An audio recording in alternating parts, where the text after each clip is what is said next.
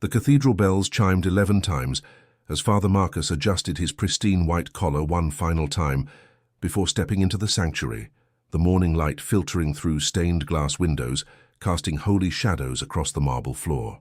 Today would mark 23 years since his ordination, and he had built St. Augustine Cathedral into the most prestigious church in the entire state, a monument to spiritual excellence where only the finest congregants filled the mahogany pews.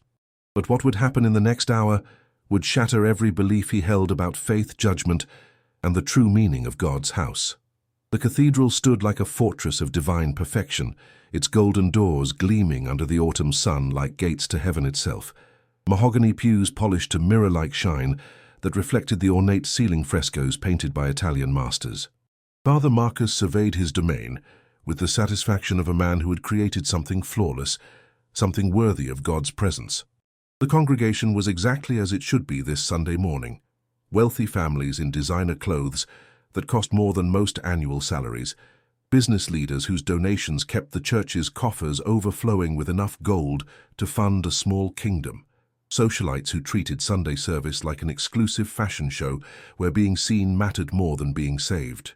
This was how worship should look, he thought with deep satisfaction, dignified and respectable, elevated above the chaos and ugliness of the common world. The poor had their shelters and community centers, their soup kitchens and salvation armies. This sacred space was reserved for those who truly understood the value of God's blessings, those who could appreciate the sacred beauty that money and refined taste could create. Every detail spoke of refinement and reverence, from the Italian marble altar carved by Renaissance craftsmen to the crystal chandeliers imported from Austria that cast rainbows across the sanctuary like fragments of divine light made manifest. 6 miles away, Thomas Richardson sat in his rusted pickup truck outside a gas station, hands trembling as he stared at the cathedral's imposing spires visible in the distance. Rain had soaked through his worn denim jacket during the 3-hour drive from the industrial district, where he lived in a cramped apartment above an auto repair shop, and his steel-toed work boots were caked with mud from the construction site, where he labored 60 hours a week building foundations for other people's dreams. But none of that mattered today. Today he was keeping a sacred promise made to his dying mother 25 years ago, a vow that had haunted his dreams and driven every decision he had made since that terrible night in the hospital. "Promise me, Tommy," Elena had whispered from her hospital bed, cancer eating away at her voice until it was barely a breath against his ear. "Promise me you'll find your way back to St. Augustine. I cleaned those floors for 15 years, every Tuesday and Friday without fail, and I always dreamed you'd worship there someday, that you'd sit in those beautiful pews and remember where you came from. Promise me you'll remember that God's house belongs to everyone, even people like us." The words had haunted him through decades of struggle and sacrifice, through years of building something from nothing, while carrying the weight of her memory like a cross on his shoulders. Thomas stepped out of his truck, mud splashing from the pothole-riddled parking lot onto his already stained jeans that had seen too many seasons of hard labor. The morning air carried the scent of expensive perfume and new leather from the luxury cars surrounding his battered vehicle, like accusers in an upscale courtroom. He felt like an intruder before he even reached the cathedral steps, but his mother's memory pulled him forward, like an invisible thread connecting past to present, love to obligation, poverty to the possibility of something greater. Inside the sanctuary, Father Marcus noticed the disturbance immediately, his practiced eye catching every detail that disrupted the perfect harmony of his service. Whispers rippled through the congregation, like waves of disgust and disbelief, as every perfectly coiffed head turned toward the cathedral's entrance. The heavy oak doors, carved with scenes of Christ's miracles, creaked open with a sound that seemed to echo through eternity, and a figure stepped inside, dripping rainwater onto the pristine marble, leaving muddy footprints on floors that cost more than most people earned in a year. Thomas walked slowly down the center aisle, his calloused hands clasped before him, his eyes fixed on the golden cross suspended above the altar, like a beacon of hope in a world that had shown him precious little kindness. He remembered his mother's stories about this place, how she would arrive before dawn to scrub every surface until it gleamed like starlight, how she would pause in her work to whisper prayers for the son she hoped would someday find success, and remember his humble roots, how she would speak of the beauty of this sacred space with the reverence of someone who understood that true worship required sacrifice. The sanctuary fell into the kind of silence that precedes either revelation or catastrophe, broken only by the echo of Thomas's worn boots on marble and the rustle of expensive fabric as parishioners shifted uncomfortably in their seats, their discomfort as palpable as incense hanging in the perfumed air. Father Marcus felt his jaw clench involuntarily as he watched this shabby intruder disturb the sanctity of his perfect service, this walking reminder of the world he had worked so hard to keep at bay. This was exactly what he had dedicated his ministry to preventing, the contamination of sacred space, by those who didn't understand its value, who couldn't appreciate the spiritual elevation that proper presentation and social refinement provided. "Excuse me," Father Marcus called out, his voice carrying across the silent sanctuary with the authority of absolute conviction, the tone of a man who had never been questioned in this holy place. "I'm afraid you've made a mistake. This is a private service for our registered members only." His words were polite but firm, delivered with the practiced precision of someone accustomed to being obeyed without question or hesitation. Thomas stopped walking, his weathered hand instinctively moving to touch the small wooden cross hidden beneath his tattered work shirt, the same simple crucifix his mother had carved for him when he was 7 years old, using nothing but a broken kitchen knife and a piece of driftwood she had found on the beach during their only family vacation. "I'm sorry, Father," he said quietly, his voice carrying a dignity that surprised several parishioners and made them shift uncomfortably in their velvet-cushioned seats. "I was hoping to pray here today. My mother always said this was God's house, open to all his children." The priest's eyes narrowed as he took in every detail of the man's appearance with the thoroughness of a jeweler examining a flawed stone. Muddy boots that had seen too many construction sites, frayed jacket cuffs that spoke of years without replacement, stubble covering an unshaven face that showed the exhaustion of honest labor, hands stained with what looked like motor oil or construction dust, the uniform of a man who worked with his hands to survive in a world that valued appearance over substance. This was precisely the type of person who would drive away the respectable families that formed the backbone of his congregation, the wealthy donors who kept St. Augustine running like the spiritual luxury resort it had become under his careful management. "I understand your desire to worship," Father Marcus replied, his voice taking on the practiced patience of someone explaining obvious facts to a slow child who couldn't grasp simple concepts. "But we have certain standards to maintain here, standards that ensure the proper reverence and dignity that God's house deserves. This is a sacred space, and we owe it to our Lord to preserve the sanctity and spiritual atmosphere that makes true worship possible. Perhaps you'd be more comfortable at the community mission downtown, where they're better equipped to serve people in your particular circumstances." A collective intake of breath swept through the congregation, like wind through wheat fields. Even by their standards of subtle exclusion and unspoken class distinctions, this was remarkably direct, brutally honest in a way that made several parishioners glance at each other with expressions of uncomfortable recognition. Thomas felt the familiar sting of rejection, the same feeling that had followed him through childhood in the housing projects across town, the same dismissal he had faced when applying for jobs, loans, opportunities that seemed permanently reserved for people who looked different than he did, who spoke with different accents, who carried themselves with the confidence that only inherited privilege could provide. But something fundamental had changed in Thomas over the years of struggle and small victories. Through decades of building something meaningful from nothing while carrying his mother's values like a torch in the darkness, he no longer crumbled under the weight of other people's judgment, no longer accepted the premise that his appearance determined his worth or that his circumstances defined his relationship with God.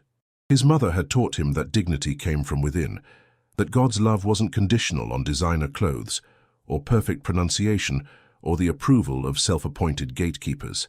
"I see," Thomas said softly, his gaze meeting the priest's eyes directly with the steady confidence of a man who had nothing left to lose and everything to gain from speaking truth to power. "And what standards would those be, Father? I wasn't aware that Jesus required a dress code for his teachings, or that the Sermon on the Mount included footnotes about proper attire and social standing." The question hung in the perfumed air like incense, heavy with implication and uncomfortable truth that made the expensive silence stretch like a taut wire ready to snap. Father Marcus felt heat rising in his cheeks, a flush of anger mixed with something uncomfortably close to embarrassment, the kind of shame that comes when someone points out the gap between what you preach and what you practice. How dare this vagrant challenge his authority in front of his carefully cultivated flock, his perfectly arranged congregation of successful believers? Young man, this cathedral has served this community for over 100 years, through wars and depressions and social upheavals. We have a sacred responsibility to maintain order and reverence in God's house, to preserve the dignity and spiritual atmosphere that makes genuine worship possible. Surely you can understand the importance of appropriate presentation and proper respect for the sacred nature of this space. Thomas nodded slowly, a sad smile crossing his weathered features like sunlight breaking through storm clouds. The expression held such profound disappointment and gentle sorrow that it made the priest's chest tighten unexpectedly, as if someone had placed a stone where his heart should be. "My mother used to clean these floors," Thomas said quietly, his voice barely carrying to the back pews, but somehow filling the entire sanctuary with its simple truth. "Every Tuesday and Friday for 15 years, without missing a single day, except when she was in the hospital having surgery. She'd bring me with her sometimes when childcare fell through and she had no other choice. I remember sitting right there," he gestured toward a corner pew with a hand that bore the scars of honest labor, "while she scrubbed this marble until it reflected the light like water, until it gleamed like the surface of a still pond at sunrise." The priest's expression hardened further, pride preventing any softening despite the obvious sincerity in the man's voice, despite the truth that rang like a bell in his words. That was a different time, a different era with different needs and circumstances. We've elevated our standards since then, improved our ministry to better serve those who can truly appreciate and support God's work in the world. Perhaps your mother would understand our need for progress, for maintaining the respect and dignity this sacred space deserves in a modern context. Something shifted dramatically in Thomas's eyes, a flash of pain so sharp and sudden that several parishioners actually flinched, as if they had been struck, but the hurt quickly transformed into something else, something harder and more resolved, like steel being forged in fire. "You're absolutely right, Father.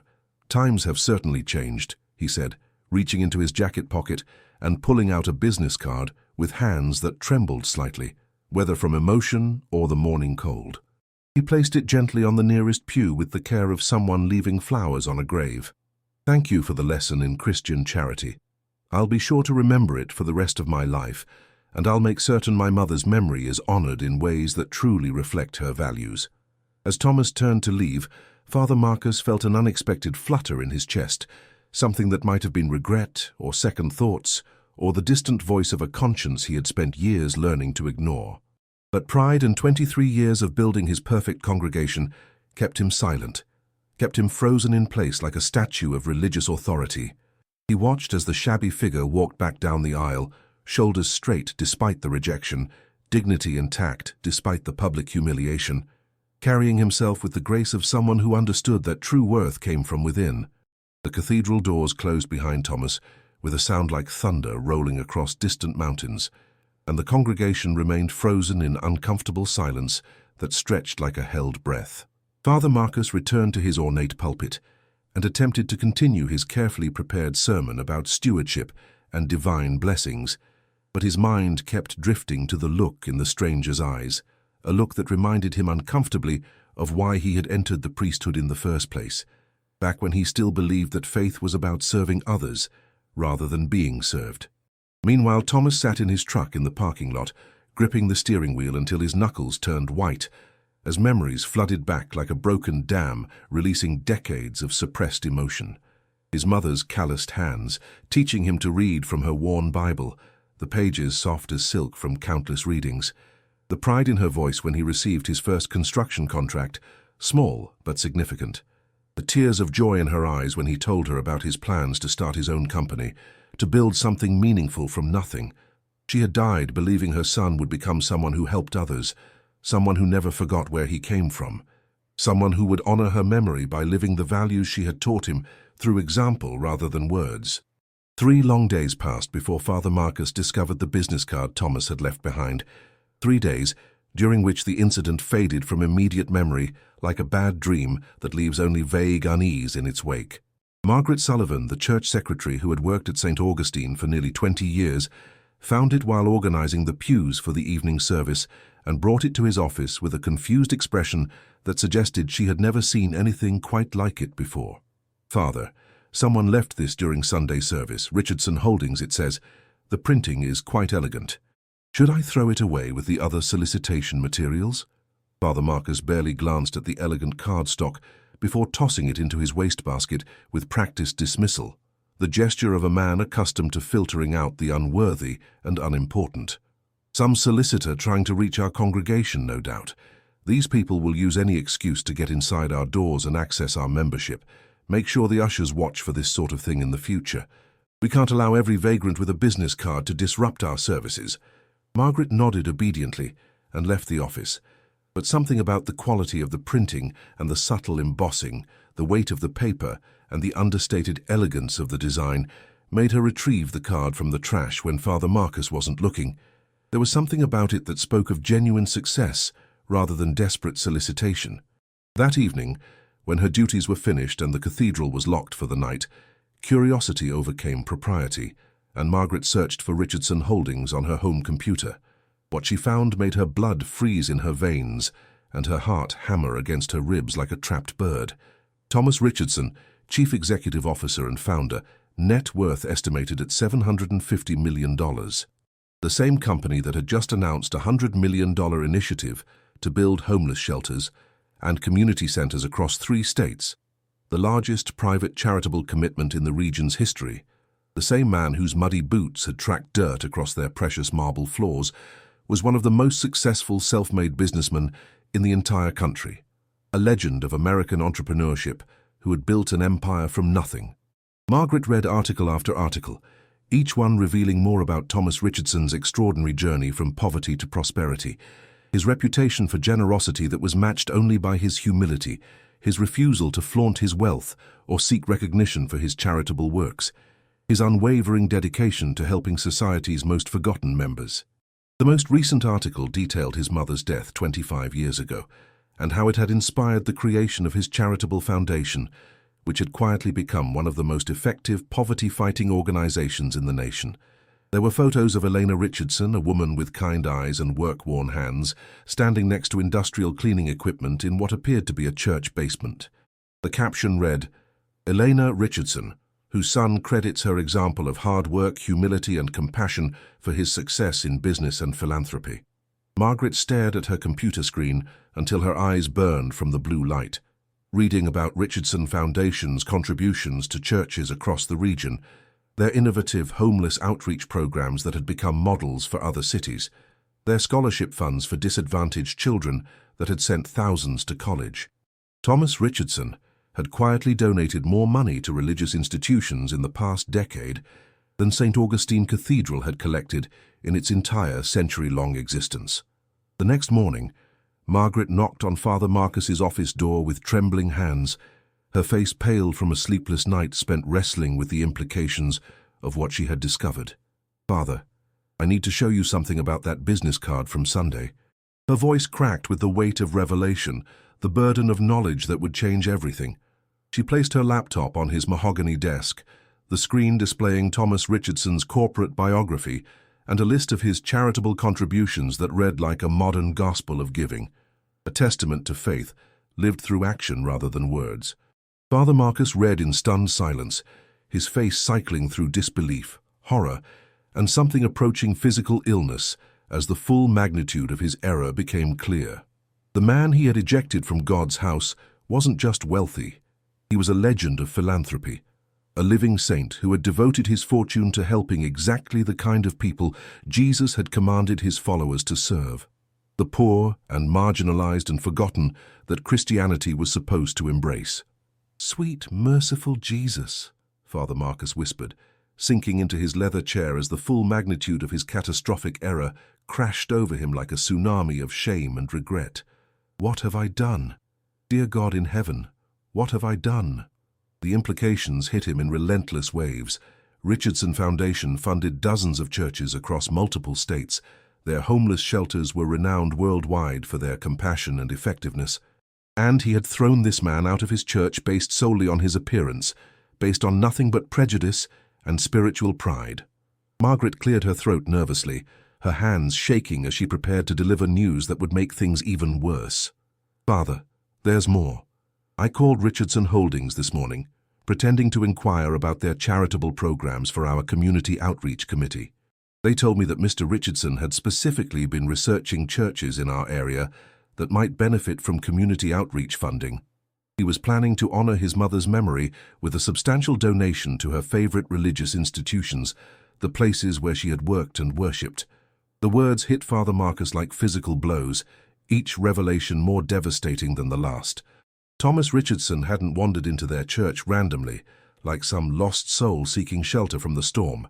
He had come there intentionally, specifically, probably hoping to give back to the sacred space where his mother had worked for 15 years, where she had instilled in him the values of humility and service that made him one of America's most generous philanthropists. Instead of gratitude and welcome, instead of the love and acceptance his mother had dreamed of, he had found judgment and rejection from the very person who should have embodied Christ's teachings about welcoming strangers. Father Marcus spent the remainder of that day in his empty sanctuary, staring at the golden cross, trying to comprehend his failure. Every gleaming surface seemed to mock him. The expensive decorations, the luxury appointments, the exclusive atmosphere, all of it suddenly felt hollow and wrong. Word spread through the congregation and beyond. The story grew until half the city knew that St. Augustine Cathedral had turned away one of the nation's most generous philanthropists because he didn't dress appropriately.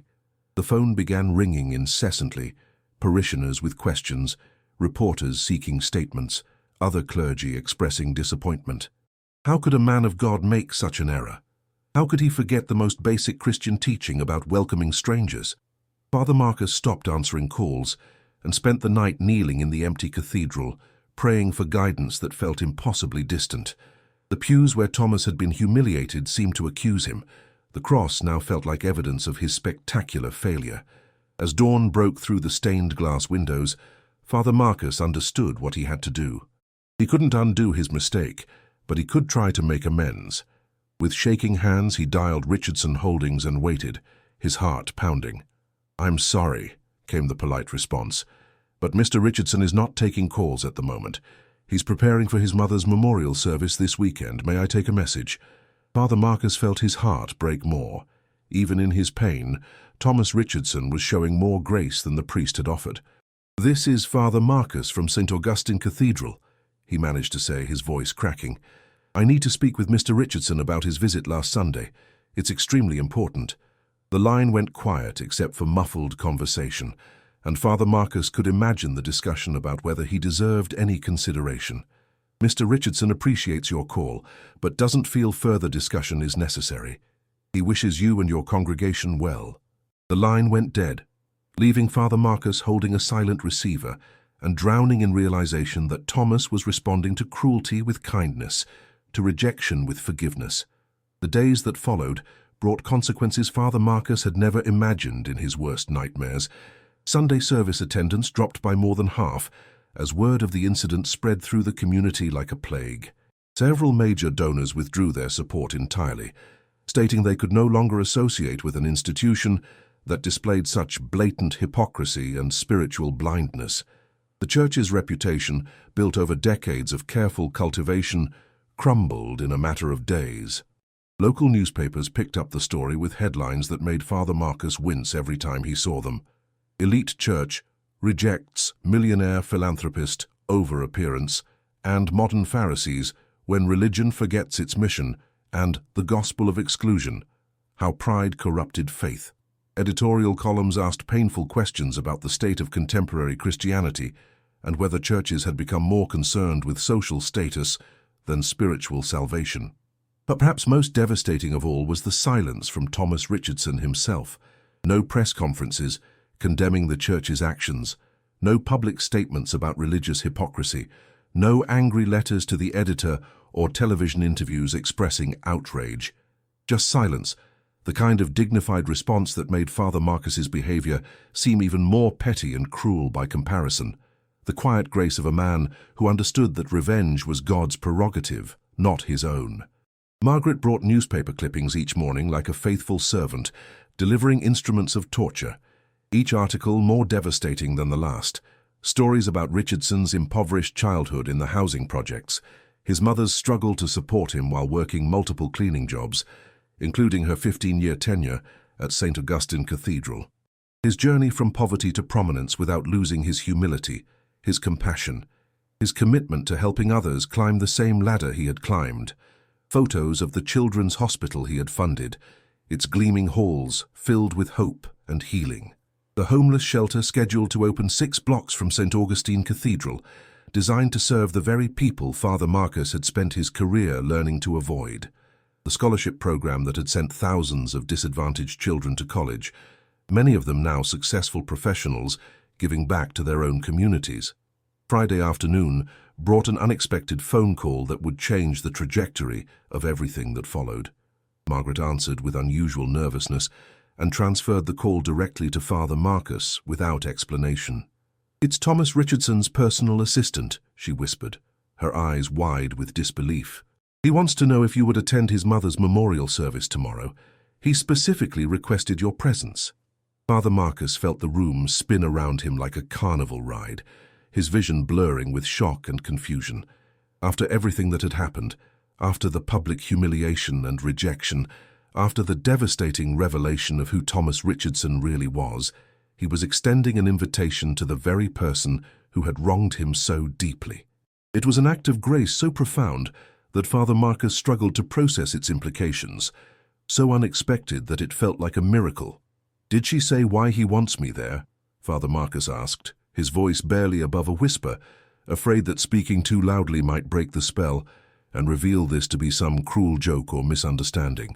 "Only that the service will be held at the downtown community center at 2 o'clock, and that Mr. Richardson hopes you can attend. She said he believes his mother would have wanted you there, that she always believed in the possibility of redemption for everyone." Margaret paused, studying his expression with the intensity of someone witnessing a resurrection. "Father, maybe this is God giving you a chance to make things right, to find some path forward from this darkness." Father Marcus spent Friday night in sleepless preparation, trying to find words that might bridge the chasm his prejudice had created. Every version of his apology seemed inadequate to address the magnitude of his failure. How do you ask forgiveness for betraying everything you claim to believe? How do you explain that pride had blinded you to love, that comfort had made you forget compassion? How do you apologize for failing not just as a priest, but as a human being created in God's image? Saturday afternoon found Father Marcus standing outside the downtown community center, watching hundreds of people from every walk of life streaming through the doors like a river of humanity flowing toward something sacred. Homeless individuals stood alongside business executives in $1,000 suits. Former addicts and recovering alcoholics mixed freely with social workers and community leaders. Children from the local schools filled the entry hall with their innocent chatter and boundless energy. It was exactly the kind of diverse, inclusive gathering that should have filled his own church, the kind of congregation Jesus would have recognized and embraced. Inside the packed auditorium, Thomas Richardson stood at a simple wooden podium, wearing a modest black suit that somehow managed to look both expensive and humble simultaneously, the kind of understated elegance that comes from having nothing to prove. His voice was steady and strong as he spoke about Elena Richardson's extraordinary life, her struggles against poverty and prejudice, her dreams for a better world, and her unshakable faith that God loved all people equally, regardless of their circumstances, appearance, or social position. "My mother never owned much in terms of material possessions," Thomas said, his eyes scanning the packed room with genuine love and gratitude for every person present. "She left no inheritance of money or property, no stocks or bonds or real estate investments. But she was wealthy beyond measure in the things that truly mattered in God's eyes: compassion for those who were struggling, kindness to strangers who had nowhere else to turn, and an absolute, unshakable belief that every human being deserved dignity and respect, especially those whom society chose to overlook, dismiss, or actively despise." Father Marcus felt each word like a gentle but firm rebuke, understanding with painful clarity that this eulogy was simultaneously a tribute to Elena Richardson's life and a masterclass in the Christian values he had forgotten in his pursuit of respectability and social status. He watched Thomas speak about his mother's years of cleaning churches, including St. Augustine Cathedral, and how she had always spoken with love and reverence about the sacred spaces she helped maintain, never with bitterness about the treatment she sometimes received. When the formal service concluded with a hymn that Elena had loved, sung by voices from every economic and social background united in harmony, Thomas Richardson made his way through the crowd toward Father Marcus with an expression that was neither angry nor forgiving, but something infinitely more complex. The look of a man who had wrestled with pain and chosen grace, who had faced injustice and chosen love. "Thank you for coming," Thomas said quietly, extending his hand in a gesture that somehow managed to convey both forgiveness and challenge, acceptance and accountability. "I wasn't certain you would have the courage." Father Marcus took the offered hand, feeling calluses that even millions of dollars hadn't erased, physical evidence of Thomas's refusal to forget his working-class roots or abandon the values his mother had taught him through her example. "Mr. Richardson, I owe you an apology that words cannot possibly express," Father Marcus began, his voice thick with emotion he could no longer control or hide.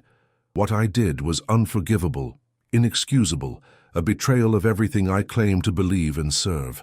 I failed as a priest, as a Christian, and as a human being. There is no excuse for my behavior, and I understand completely if you can never forgive me." Thomas studied the priest's face for a long moment, seeing genuine remorse mixed with something deeper, a man finally confronting the gap between his professed beliefs and his actual actions, between the Christ he claimed to serve and the prejudices he had allowed to rule his heart. "My mother would have forgiven you already," he said finally, his voice carrying the weight of deep conviction. "She believed that people could change, that mistakes were opportunities for growth, and that love was always stronger than judgment when given the chance to work. I'm trying my best to live by her example, even when it's difficult." The two men stood surrounded by the remnants of a memorial service that had celebrated everything Father Marcus had forgotten about faith, everything he had lost in his pursuit of respectability and social acceptance. Finally, after what felt like an eternity of silence, Thomas spoke again with the measured cadence of someone who had thought long and hard about what he was about to say. "I'd like to make you an offer, Father Marcus. Not because you deserve it. You don't. And not because I want to make myself feel better about what happened. I want to make this offer because my mother would have wanted it, and because I believe in the possibility of redemption for everyone, including myself, when I fall short of her example." Father Marcus listened in amazement as Thomas outlined his proposal. Richardson Holdings would fund a complete renovation of St. Augustine Cathedral, but with transformative conditions. The church would establish programs for the homeless, open its doors to everyone regardless of their ability to contribute financially, and commit to serving the community's most vulnerable members. The funding would continue for 10 years. "I'm not trying to buy forgiveness," Thomas explained carefully. "I'm offering you an opportunity to honor my mother's memory by making St. Augustine Cathedral the kind of church she always believed it could become, a place where everyone is truly welcome, where Christ's actual teachings guide every decision." Father Marcus felt overwhelmed by the generosity of the offer. "Why would you do this after what I did? How can you trust me to change?" Thomas smiled sadly. "Because she spent 15 years caring for that church, and she loved it despite its flaws. She believed in its potential to become something beautiful, and because turning away from you now would make me just as guilty of judgment as you were to me. There's one condition," Thomas added firmly. "This is about ensuring what happened to me never happens again to anyone. Can you commit to that change? Can you promise to see Christ in every person who enters those doors?" Father Marcus nodded through tears he no longer tried to hide or control, his pride finally broken open like an old wineskin that could no longer contain the new wine of grace.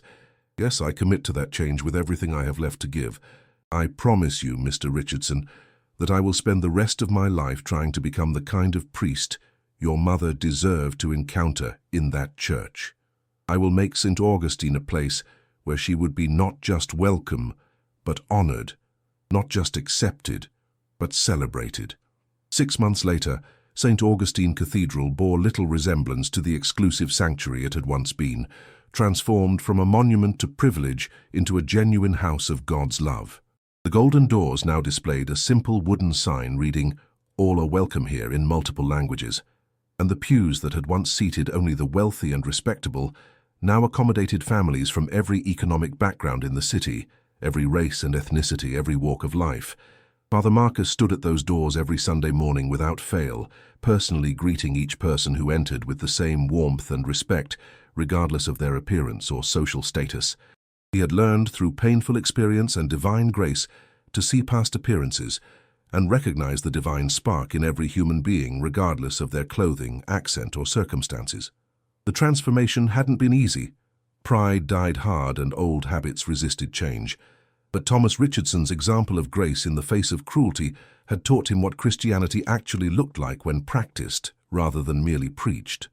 Thomas became a regular attendee at services, always arriving quietly and sitting in the back pew where his mother had once waited while she cleaned, never mentioning the past, never demanding recognition for his role in the church's transformation, never seeking credit for the miracle of redemption that had taken place. His presence served as a constant reminder that forgiveness was possible, that grace could triumph over judgment, and that true faith required action rather than just words. The congregation grew larger and more diverse than anyone had imagined possible, becoming a living testament to God's love for all people. Former homeless individuals worshipped alongside business executives in a harmony that transcended social boundaries. Immigrants found genuine community with long-time residents. Children from all backgrounds learned together in Sunday school classes that emphasized love over judgment, inclusion over exclusion, service over self-interest. One evening, as Father Marcus locked the church after hosting a dinner for homeless families that had become a weekly tradition, he found a small envelope tucked beneath the golden cross on the altar. Inside was a worn photograph of Elena Richardson in her work clothes, smiling beside the very altar where Father Marcus now served, and a note in Thomas's careful handwriting.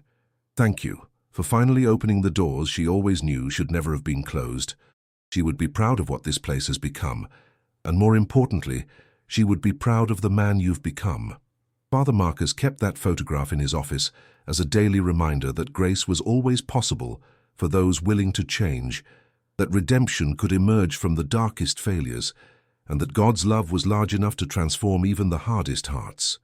The scandal that had nearly destroyed St. Augustine Cathedral became the foundation for its rebirth as a true sanctuary for all people, living proof that even the most spectacular failures could be transformed into unexpected victories when met with genuine repentance and unlimited grace. The story spread beyond the city limits, inspiring other churches to examine their practices. Seminary students studied the transformation as an example of authentic Christian ministry. Thomas Richardson never gave interviews about what happened, but his quiet example of forgiveness became legendary. Years later, when young priests visited St. Augustine Cathedral to learn about community outreach, Father Marcus would tell them the story of that transformative Sunday morning. He would explain how his greatest failure had become his most important teacher, and how a man in work clothes had shown him what it truly meant to follow Christ's example. The golden doors that had once excluded now welcomed thousands each year. The sanctuary that had prioritized appearance over substance became a place where authentic worship flourished. And the priest who had once believed maintaining standards was more important than showing mercy learned that grace was the most transformative force in the universe. Thomas Richardson continued to visit every Sunday, always sitting in the same back pew, always serving as a living reminder that appearances could be deceiving and that the poor in spirit were often the richest in wisdom. He had forgiven completely, transforming judgment into mercy, rejection into acceptance, and spiritual pride into genuine humility. If this story touched your heart, please subscribe to our channel for more inspiring tales about redemption and forgiveness. Like this video to help us reach others who need to hear this message, and turn on notifications so you never miss our latest content. Remember that everyone you encounter is fighting battles you cannot see, so choose compassion over judgment, love over prejudice, and grace over condemnation. Until next time, may you be blessed with wisdom to look beyond appearances and courage to love without conditions.